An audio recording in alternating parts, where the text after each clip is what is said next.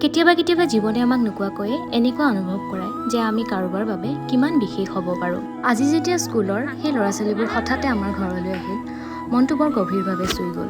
মই স্কুলখন এৰি আহিছিলোঁ, কিন্তু সিহঁতে মোক এতিয়াও পাহৰা নাই।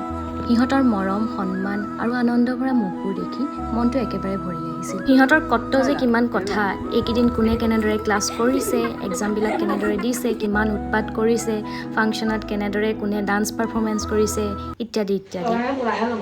পোলাওটো কেনেকুৱা হৈছে? মই বনাইছিলোঁ। মজা হৈছে।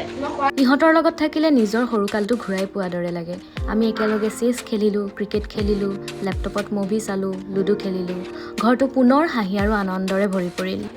সকলোবিলাক ইমান পিয়ৰ আছিল যে শব্দৰে বুজাই শেষ কৰিব নোৱাৰি। খানা খোৱাৰ সময়ত সিহঁতৰ আনন্দ ফূৰ্তি দেখি বৰ ভাল লাগিছিল।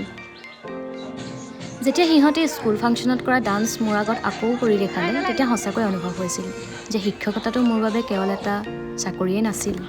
কিছুমান বিশেষ কাৰণত চাকৰিটো এৰি দিছিলোঁ, কিন্তু আজি হঠাতে কিছুমান ছাত্ৰ ছাত্ৰী মোৰ ঘৰলৈ আহি বুজাই দিলে যে সম্পৰ্কবোৰ কেৱল স্কুলৰ চাৰি দেৱালৰ মাজতে সীমাবদ্ধ নাথাকে। সিহঁতে মোক এতিয়াও মনত ৰাখিছে, ভাল পাইছে আৰু সন্মান কৰিছে। এই অনুভূতিয়ে মোৰ মনটো গভীৰভাৱে স্পৰ্শ কৰিলে।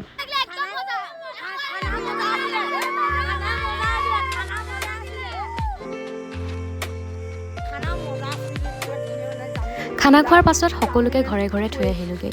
এয়াও এক দায়িত্ব।